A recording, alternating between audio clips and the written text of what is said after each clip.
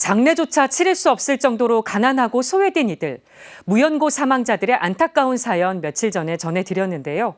정부와 교회의 역할을 윤재선 기자가 짚어봤습니다.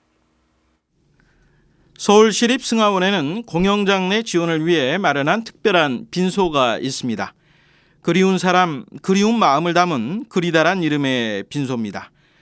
아무런 연고 없이 죽음을 맞이한 무연고 사망자와 가난한 이들을 기억하고 애도하는 소박한 공간입니다. 고인의 마지막 가는 길을 함께 동행하는 이들은 장례 후원자와 자원봉사자들을 만난 것이 고인이 준 새로운 선물 같다고 말합니다.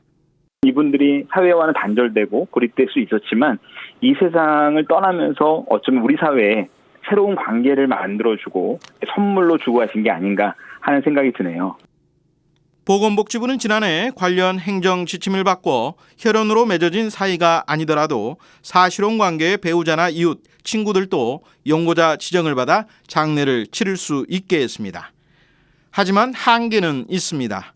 법적 구속력이 없다 보니 지자체가 따를 의무는 없습니다. 지자체의 지원 없이 가족 대신 장례를 치르기란 쉽지 않습니다. 까다로운 법 규정도 걸림돌입니다. 혈연과 가족 중심의 장례 범위를 더 넓히는 방향으로 법 개정이 이루어져야 한다는 목소리가 커지는 이유입니다. 이것을 법적으로 강제성 있는 조항으로 바꾸는 것이 시급하고요. 이를 통해서 법률론 관계 그리고 혈연 중심의 관계에서 이제는 관계 중심으로 사회가 변해 나가는데 이것이 하나의 큰 전환점이 될 수 있다고 생각을 합니다. 가난과 고립으로 인한 사회적 죽음과 장례를 사회 보장 차원에서 접근할 필요가 있다는 지적도 나옵니다. 죽음과 장례도 가족이 제대로 대응하지 못하고 있기 때문에 국가가 사회 보장이라는 측면에서 공영장례를 근본적으로 고민해야 될 때가 아닌가. 그래야지만 인간의 존엄성과 가족의 애도가 보장될 수 있다고 생각합니다.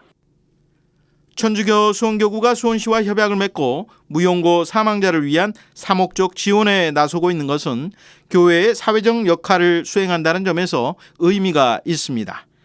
프란치스코 교황은 죽은 이를 묻어주고 산이와 죽은 이를 위해 기도하는 것은 자비의 육체적 활동이자 영적 활동이라고 강조한 바 있습니다.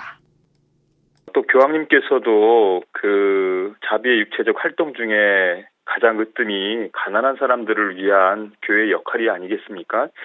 무연고자들을 위한 장례 사업만큼 의미가 또 있을까 싶습니다. 위령성월이다 보니 더욱더 그런 어떤 요청들이 더 필요해 보이는데요. 많은 관심들이 앞으로 좀 필요해 보리라 봅니다. CPBC 윤재선입니다.